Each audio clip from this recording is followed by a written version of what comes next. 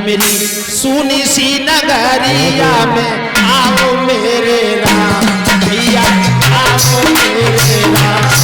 मेरी सुनी सी नगरिया में, सुनी सी नगरिया में आओ मेरे राम, हाँ आओ मेरे राम।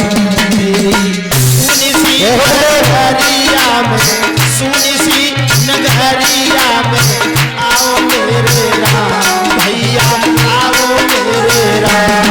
मेरी सुनी सी नगरिया में, सुनी सी नगरिया में आओ मेरे राम, आओ मेरे राम, आओ मेरे राम, आओ। भरतलाल भोजन नहीं करते, प्रभु के चरणों में ध्यान लगाए भैया। क्या करें? अरे गहरी नदिया नाव पुरानी लंबा प्रभु किनारा है। अजीब नदिया नाव पुरानी लंबा प्रभु, और सभी सहारे छूट चुके हैं तेरा मुझे सहारा है। सभी सहारे छूट चुके हैं तेरा मुझे सहारा। सुनी सी डगरिया में, सुनी सी डगरिया में आओ मेरे राम भैया आओ। बोले ताली बजा के। मेरी सुनी सी नगरिया में, सुनी सी नगरिया में आओ मेरे राम, हाँ आओ मेरे राम। क्या कहा? एक शिक्षा हमें रामायण से भी मिलती है कि भाई भाई में प्रेम होना चाहिए, भाई भाई को लड़ना नहीं चाहिए। हम भरत मिलाप देख रहे हैं, लेकिन सुबह अगर भैया की कृपया मेड़ में लग गई तो 315 की गोली तैयार है।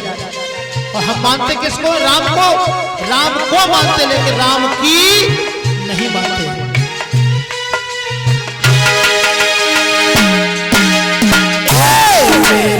सुनी सी नगरिया में, सुनी सी नगरिया में आओ मेरे राम भैया आओ मेरे राम। मेरी सुनी सी नगरिया में, सुनी सी नगरिया में आओ मेरे राम, हाँ आओ मेरे राम।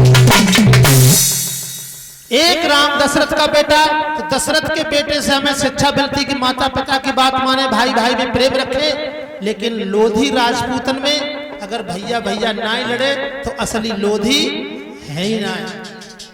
हाँ, भैया भैया लड़ना, पड़ोसी पड़ोसी लड़ना, दूसरे को नीचा दिखाना, दूसरे से जलन करना, ये लोधी राजपूतों के काम है। शराब पीना, लड़ाई झगड़ा करना, ये हमारे लोधी राजपूतों के काम है। मेड़ काटना, बन मुर्गियां मारे खाना, नी लगा खाना है, खराटा बन जाए, बाऊ खा जाए, मछलियां तो बहुत छोटी बात। चलो हम नाजरपुर की बात नहीं कर रहे, हम लोधियों की बात कर रहे हैं। जहां तक लोधी 18 जिलाओं में हम जाते हैं तो 18 जिलाओं में अपनी लोधियों की यही हालत मिलती है। चलिए, एक शिक्षा हमें ये भी मिलती है कि भगवान राम ने जात पात को नहीं माना था। सबरी के घर पर प्रभु गए थे, लेकिन हम राम को मानते, लेकिन राम की नहीं मानते। पंडित जी को बुलाए के लाए, भंडारा किया नाजरपुर वालों ने, और खीर बनी तो पंडित जी ने खीर ना खाई। लेकिन क्यों ना खाई? लेकिन खीर कच्चा भोजन है। तो काकात नाजरपुर वाले के पंडित ही हो तो पंडित को बुला, वो तुम्हारी खीर नहीं खा रहा है क्या? उनके घर में खीर बनती पंडितों के, वो कच्ची रहती होगी। विचार करें आप। अब तुम्हारे यहाँ की तुम्हें नीचा दिखाने के लिए तुम्हारी खीर को कच्ची बता रहा है। राम नाम सब कोई कहे तो ठग ठाकुर और चोर, जोन नाम संतन जपा वो तो नाम कछु। और एक राम दशरथ का बेटा, एक राम खट खट में लेटा। अयोध्या वाले राम के बताए हुए रास्ते पर चल जाएं तो हमारा कल्याण है। एक राम घट घट में लेटा, मुझ में राम तुझ में राम सब में राम समाया, जिसके महात्मा जी बात कर रहे थे। मुझ में राम तुझ में राम सब में राम समाया, और सबसे कर लो प्रेम, जगत में कोई नहीं पराया, कोई पराया नहीं है, सभी अपने हैं। क्यों? कि सबके अंदर परमात्मा का अंश है। सज्जनों, दो महात्मा जी जा रहे थे यात्रा करते हुए, पैदल दो महात्मा जी जा रहे थे। आगे एक नदी पड़ी और नदी पर एक नौजवान बेटी खड़ी है, नौजवान लड़की खड़ी है। हाथ जोड़ के बोली, महात्मा जी मुझे पल्ली तरफ जाना है, मैं तैरना नहीं जानती हूँ। एक महात्मा जी ने क्या किया, उस लड़की को उठाया, कंधे पर बैठाया और नदी से पार कर दिया। जिस महात्मा ने नहीं उठाया वो लौट लौट के देख रहा है लड़की किधर गई, किधर से आई थी, किधर के गई।